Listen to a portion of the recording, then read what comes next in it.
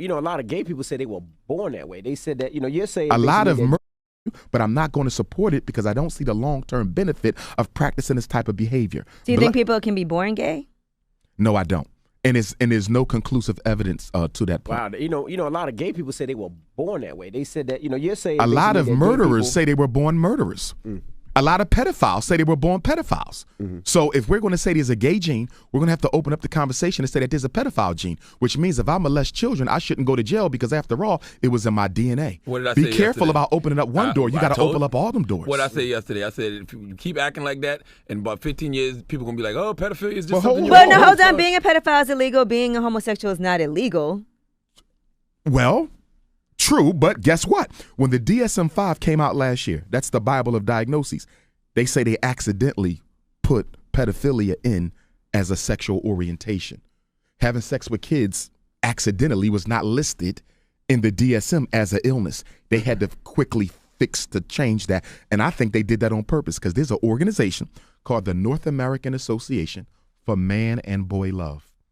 They're trying to normalize and legalize pedophilia. Oh, no, we got to blow them up It's right on the now. internet. We North gotta- American they gotta go. Association. That sounds No, they gotta crazy. die. Oh, my goodness. In No, fact, no. it's already been predicted that when the next DSM comes out, pedophilia will be normal behavior. We need to drop a Remember, bomb on them homosexuality right was once mental illness up until 74.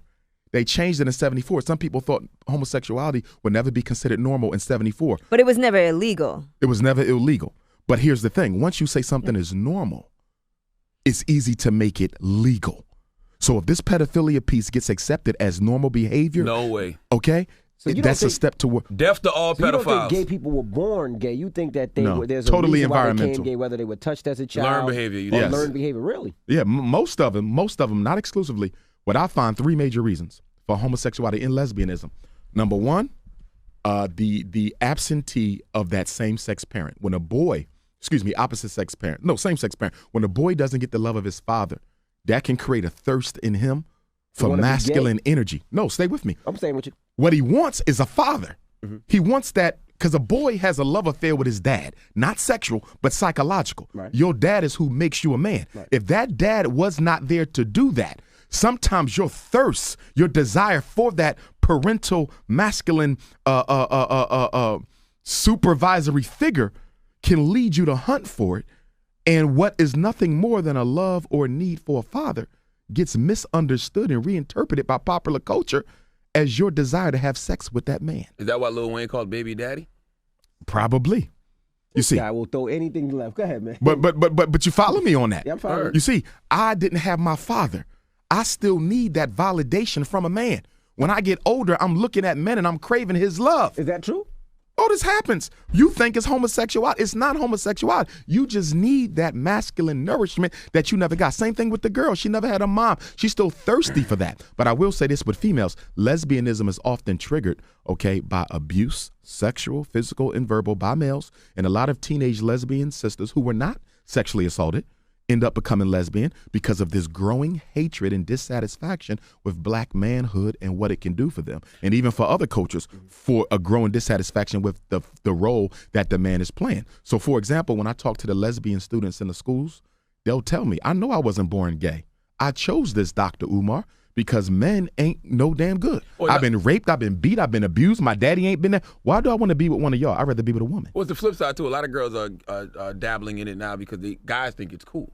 I think it's cool for girls. Yeah, to you do can that get for girls. turned out into it. I've seen that too. Children with low self-esteem, outsiders, they are particularly susceptible to being recruited by the lesbian and gay gangs because they're outsiders. But also because sometimes men, in order to keep a man, they're like, well, he can't just be with me, so I'm going to get down with the program, and I'm going to sleep with other women too because I know that's what he wants. He wants to have threesomes. I see it. I hear a lot of that stuff of women doing stuff, even Kinda adult hot, women, doing things that they man want, all this freaky deaky 2-3 women stuff.